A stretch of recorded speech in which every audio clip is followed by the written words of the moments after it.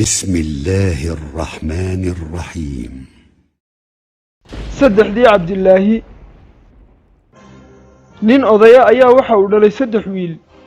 saddexdii wiilbana waxa uu bixiyay hal magac oo ah cabdilaahi. muddo kadib markii ay hana qaadeenna way isla ekaadeen oo rag isku da'aada ayay noqdeen, waana la kala saari waayey siday u kala da'yaraayeen. maalin maalmaha ka mid a ayay odaygii geeridii qabatay, isaga oo qaldhabaya oo indhihiisu ay cirka ku takhlan yihiin ayuu u baaqay saddexdiisii cabdilaahi.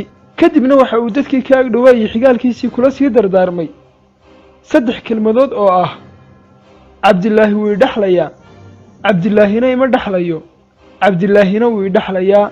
odaygiina sidaasuu ku geeriyooday. dadkii ka ag dhowaa oo dhammi way garan waayeen cabdilaahiga aan dhaxlaynin iyo sababta aanu u dhaxlaynin. saddexda wiil laftoodiina way garan waayeen oo iyaga laftooda ayaaba isweydiiyey. kadib waxaa loo sheegay saddexdii wiil nin garyaqaana oo ku nool deegaankooda ka durugsan. waxa ayna isla aadeen ninkii garyaqaanka ahaa. intii ay jidka ku sii jireen ayaa waxay saddexdii cabdilaahi la kulmeen nin reer miyi ah oo awrkiisii oo ka hallaabay raadcaynaya. waxa uuna ku yidhi, ma aragteen wax awr meelahan daaqaya? waxayna ugu jawaabeen maya. kadib ninkii wuu ka dhaqaaqay.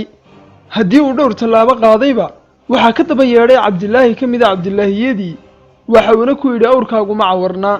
cabdilaahigii labaad ayaa ku yidhi, awrkaagu ma dib la'aa? cabdilaahigii saddexaadna waxa uu ku yidhi, awrkaagu hays ma lahaa? ninkii wuu farxay, waxa uuna dhahday inay awrkiisii arkeen. kadib inta uu soo booday ayuu ku yidhi, warin maadarayaal, waa isagii iyo xaggaad ku aragteen?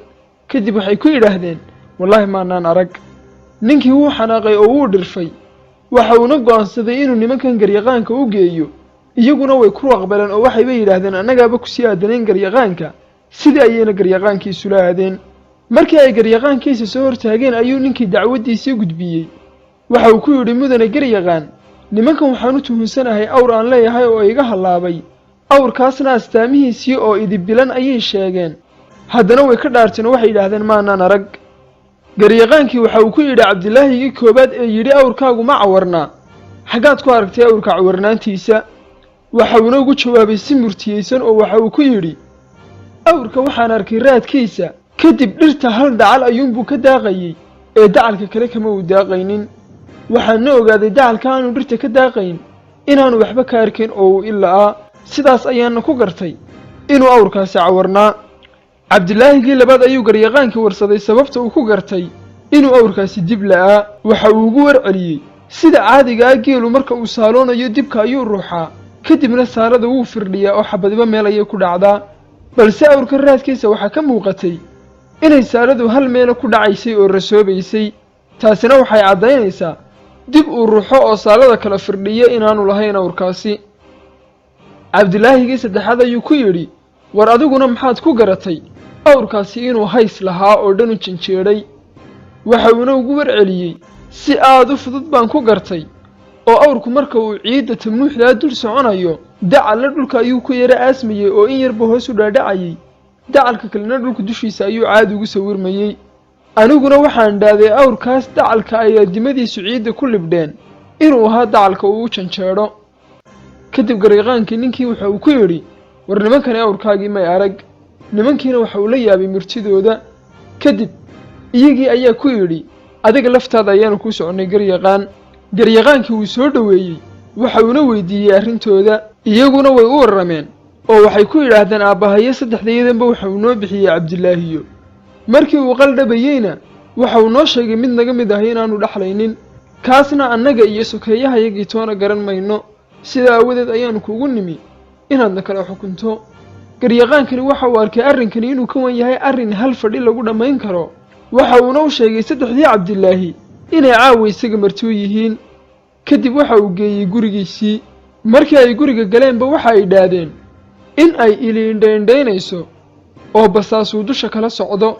kadib mid ka mid a ayaa ku yidhi labadii kale, war isilaaliya, isha ayaa laynagu hayaaye.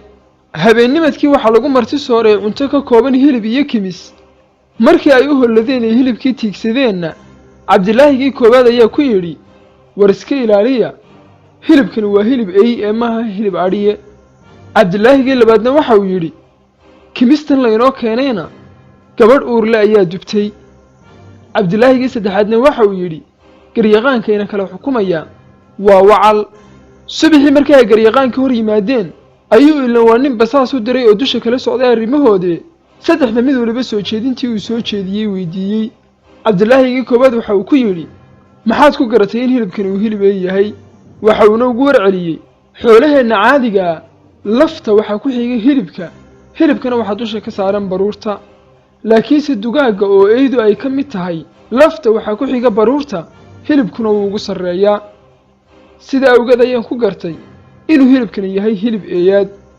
kadib waxaa loo yeedhay ninkii qaabilsanaa martisooridda waxaana la weydiiyey neefka uu qalay wuxuu ahaa.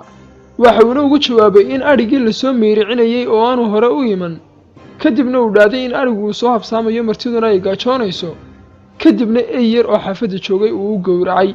cabdilaahigii labaad ayaa la warsaday maxaad ku garatay kimista gabadha dubtay inay uur leedahay?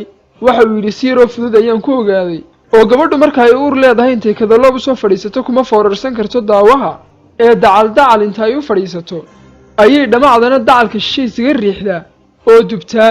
kadib badanaaba kimista ay dubtay dhanka ay dhamacda ku badan tahayna aad ayay uga shaaxidaa uga bislaataa, dhanka iyada soo xigta ee ay dhamacda ka durkisayna kama shaaxido. sidaas ayaan ku gartay inay gabadha kimista dubtayna gabadh uur la tahay. garyaqaankii waxa uu diray cid soo ogaatay gabadha kimista dubtay waxaana la sheegay inay tahay gabadh sidkeedii go'ay. kii saddexaad ayuu ku yidhi war adiguna maxaad ku gartay inaan garac ahay? waxa uu ku yidhi wax aad u sahlan ayaan ku gartay inaad garac tahay oo dhaqanka iyo caadada carabeed kuma jirto ninku inuu basaaso oo indheendheeyo martidiisa, adiguna qofna basaaso ayaad naga soo daba dirtay. sidaa awgeed ayaan ku ogaaday inaad tahay garac. garyaqaankii inta uu hooyadii u tegey ayuu ku yidhi hooyo xaqiiqada ii sheego yay dhalay. hooyadiina waxa ay u caddaysay inuu ninkan yahay ibnu xaaraan. kadib garyaqaankii inta uu ku soo noqday golihii ayuu xukunkii riday. waxa uuna xukumay in cabdilaahigii isaga garaca ku sheegay aanu dhexlaynin odayga. markii sababtii la weydiiyeyna waxa uu ugu warceliyey qofka garaca qof garaca oo kale ayuunbaa garta. kadib saddexdii cabdilaahi dib ayay isugula soo noqdeen deegaankoodii. hooyadoodna way weydiiyeen, hooyadoodna arrinkii oo dhan ayay uga sheekeeyeen. kadibna hooyadood waxa ay ku tidhi saddexdiinna mid ka mida ayuu aabbihiin ka soo qaaday masaajid salaad subax la hor dhigay. kadib idinkoo daragadda saaran oo yaryar ayaad isku qasanteen oo laydinkala garan waayey. sidaas ayaannu saddexdiinniba idinku korsannay. daawade waad arki kartaa inta murti iyo xikmad iyo fiiro iyo indheergaradnimo meeshaa iska daba dhacday. ilaahayna caqliga waxa uu inoo siiyey inaynu wax ku kala garanno oo si murtiyeysan u adeegsanno, halka taa beddelkeeda aynu maanta maalaayacniga iyo waxba waxa ay ka liitaan wakhtigeenna iyo caqligeennaba ku bixinno ee nolosheenna ku khasaarayno. daawade fiiro badnaanta iyo indheergaradnimadu aad ayay nolosha muhiim ugu tahay. haddii kale bohol kasta oo lagu hadoodilaba waad ku hoobanaysaa.